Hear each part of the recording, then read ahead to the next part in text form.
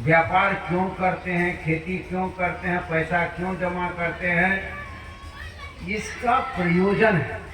प्रयोजन क्या है? कोई भी आदमी किसी भी काम करके जब वह निवृत्त होता है तो क्या बोलता है? कोई पूछता नहीं है, वो अपने आप से अंतर आत्मा की आवाज आती है कि मुझे अब शांति मिले। जब आप कार्य का विराम होता है तो क्या कहते हैं? हमें शांति मिल गई, या ये अमुक कार्य कर लेंगे तो हम शांति को प्राप्त करेंगे। तो शांति हमारी मूल उद्देश्य है। प्रयोजन क्या है? शांति।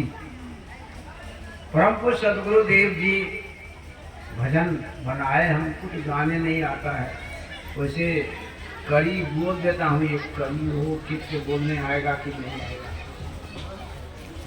अगर है शांति सुख पाना, विषय पर पंच तज प्यारे, निरंतर सद्गुरु शरणम, प्रेम श्रद्धा से भज प्यारे। सद्गुरु धर्म स्वरूप साहब जी हमें शुक्र दिया, हमें मतलब संपूर्ण मानव को, बिहार के मानव को नहीं, भारत के मानव को नहीं, पूरे विश्व के धरती पर जहां भी मानव है उनको संदेश दिया है कि आप जो कोई चीज बना रहे हो, बड़े बड़े कारखाने लगा रहे हो, फैक्ट्री बना रहे हो, खेती कर रहे हो, व्यापार कर रहे हो, कुछ भी कर रहे हो, भजन कर रहे हो, उपदेश कर रहे हो, साधना कर रहे हो, भक्ति कर रहे हो, सत्संग कर रहे हो, इसका प्रयोजन है शांति। अगर है शांति, सुख हो। अब कौन सा सुख? सुख का दो भाग है, एक है भौतिक सुख और दूसरा है आत्मिक सुख, आध्यात्मिक सुख। तो ये दो सुख दो भाग में बटा, भौतिक सुख में और आध्यात्मिक सुख। लेकिन लोग यात्रा तो शुरू करते हैं कि हम अध्यात्म सुख तक पहुंचेंगे, लेकिन उसका जीवन लीला, उसकी जो जीवन लीला होती है वो भौतिक सुख के अंदर ही समाप्त हो जाए। देखे होंगे कि वह अध्यात्म सुख के चरम और परम लक्ष्य तक नहीं पहुंचा, और भौतिक सुख के प्राप्ति में ही वह उलझ पुलझ करके अपने जीवन लीला को समाप्त कर। इसलिए सद्गुरु ने कहा, अगर है शांति सुख पाना, शांति पाना है, क्योंकि भौतिक सुख में शांति नहीं है।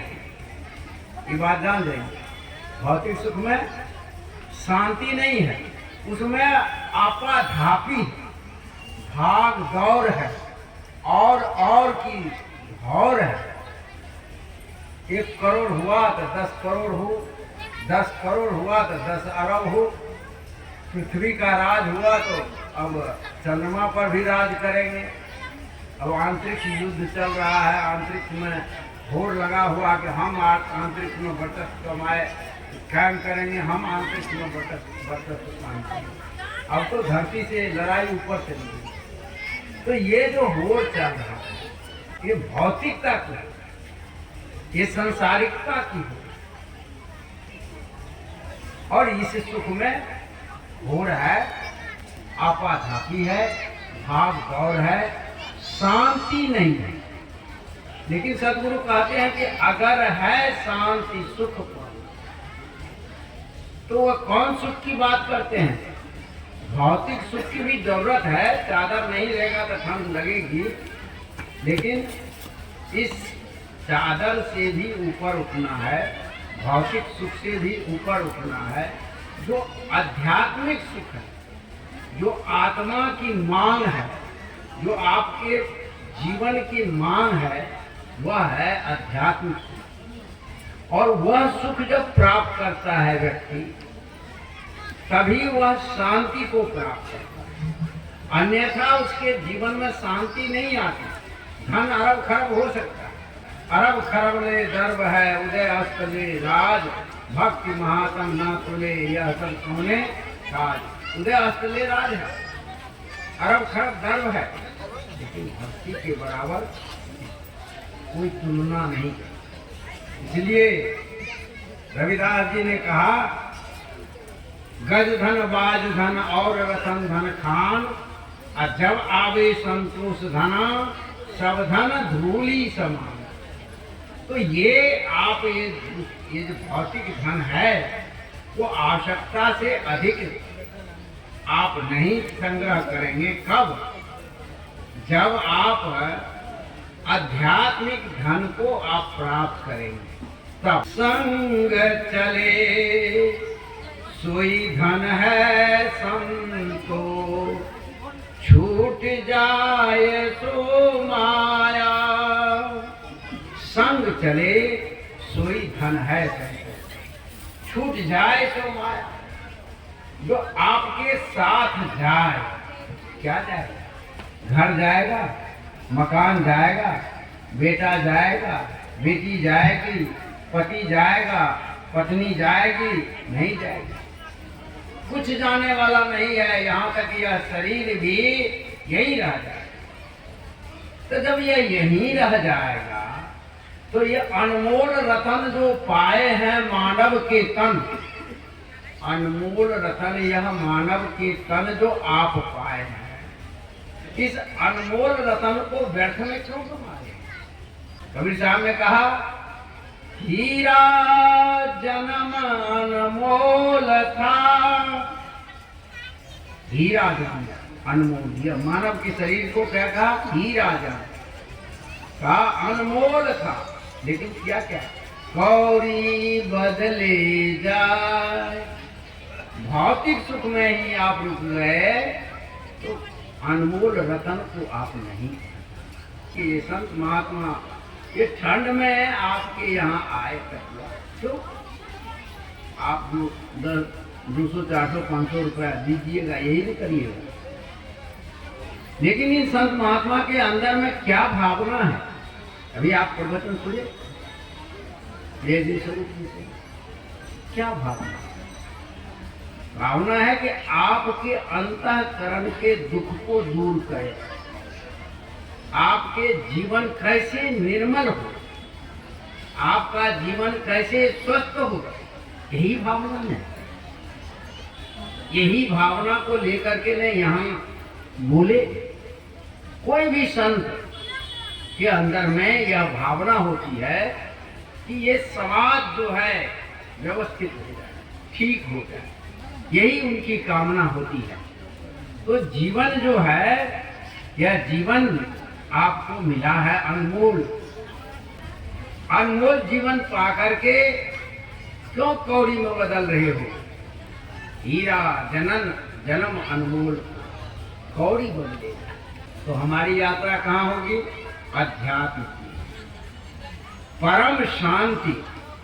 इसलिए सदगुरु कहते हैं, अगर है शांति सुख पाना। तो क्या कह रहे हैं? गौर करिए। विषय पर पंच तज प्यारे। ये प्यारे विषय और प्रपंच,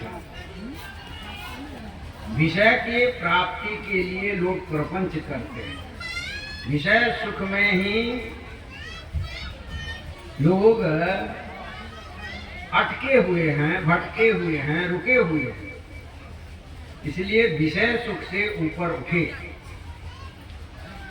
किसी संत ने कहा, यदि मुक्ति चेतात तो विषयान विश्वत तजेत। यदि मुक्ति चाहते हैं, कल्याण चाहते हैं, तो विषय को विष की तरह समझ करके तज दीजिए, छोड़ दीजिए। तो हमारा जीवन जो है व्यर्थ में ना जाए, हमारे जीवन में शांति हो और वह परम सुख हो जो परम सुख आपके साथ जाए। वह कैसा है सुख?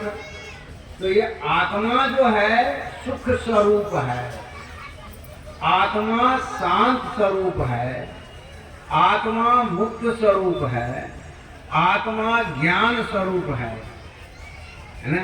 ये आत्मा का स्वरूप है। आप कोई चीज बाहर से प्राप्त करेंगे, सुख को बाहर से प्राप्त करेंगे तो सुख छूट जाएगा, शांति को बाहर से प्राप्त करेंगे तो शांति छूट जाएगी, मुक्ति को बाहर से प्राप्त करेंगे तो मुक्ति भी छूट जाएगी। बहुत से लोग आज धंधा किए हुए हैं कि आंख बंद कीजिए, आपको कौन सा भगवान देखना है हम दिखा देंगे, और वो भगवान जो है आंख खुलते छूट जाता है। आंख खोलिए वो भगवान गायब। भगवान जो है आंख बंद कीजिए, कल्पना किए राम का, राम आया, कृष्ण का, कृष्ण आया, बुद्ध का, बुद्ध आया, कबीर का, कबीर आया। आंख खोले, राम गायब, कृष्ण गायब, बुद्ध गायब, कबीर गायब। वो भगवान कौन काम? वो प्रकृति है, प्रकृति के जड़ रूप है, लेकिन जड़ रूप को ही लोग पकड़ पकड़ करके भटक रहा है।